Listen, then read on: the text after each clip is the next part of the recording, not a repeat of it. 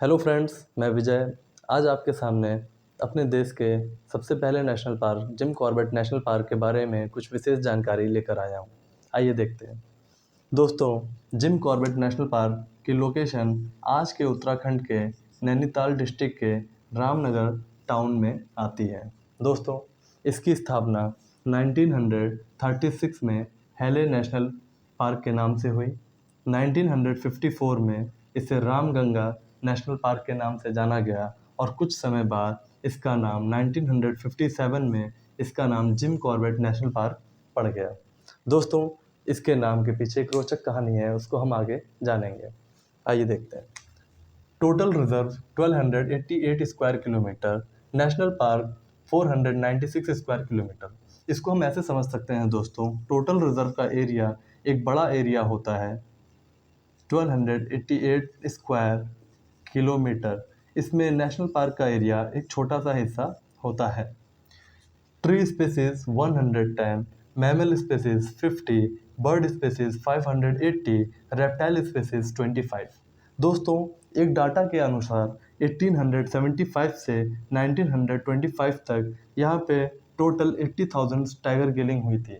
दोस्तों, ये किलिंग्स अंग्रेज़ों के टाइम के दौरान हुई थी, जब उनके बीच में एक कंपटीशन सा मच गया था कि हम कितने टाइगर्स मारते हैं। दोस्तों, हम जानेंगे कि इसका नाम जिम कॉर्बेट नेशनल पार्क क्यों पड़ा। दोस्तों, इससे पहले हम जानते हैं कि जिम कॉर्बेट साहब कौन थे। जिम कॉर्बेट का पूरा नाम एडवर्ड जेम्स कॉर्बेट था। इनका जन्म 25 जुलाई 1875 में आज के उत्तराखंड के नैनीताल डिस्ट्रिक्ट में हुआ था। दोस्तों, ये एक बहुत ही बड़े नेचुरलिस्ट थे और इनको जंगल की बहुत ही अच्छी समझ थी। दोस्तों, इनके बारे में ये विख्यात था कि ये जानवरों की आवाज़ से पता लगा सकते हैं कि कौन सा जानवर कहाँ से आवाज़ कर रहा है या फिर वो कितनी दूरी पर है। दोस्तों, एक बार की बात है कि चंपावत गांव में एक बार एक बाघिन ने बहुत भयंकर कहर मचा रखा था। उस बाघिन ने वहाँ पे लगभग 400 गांव के लोगों को मार दिया था। दोस्तों, वहाँ के डिप्टी कमिश्नर ने मिस्टर ब्रेथवेट ने एडवर्ड जेम्स कॉर्बेट साहब को एक चिट्ठी लिखी और उनको तत्काल मिलने को कहा।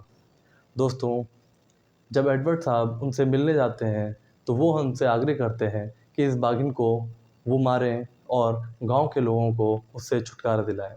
दोस्तों, जिम कॉर्बेट साहब इस काम के लिए राज़ी तो हो जाते हैं, लेकिन वो दो शर्तें रखते हैं।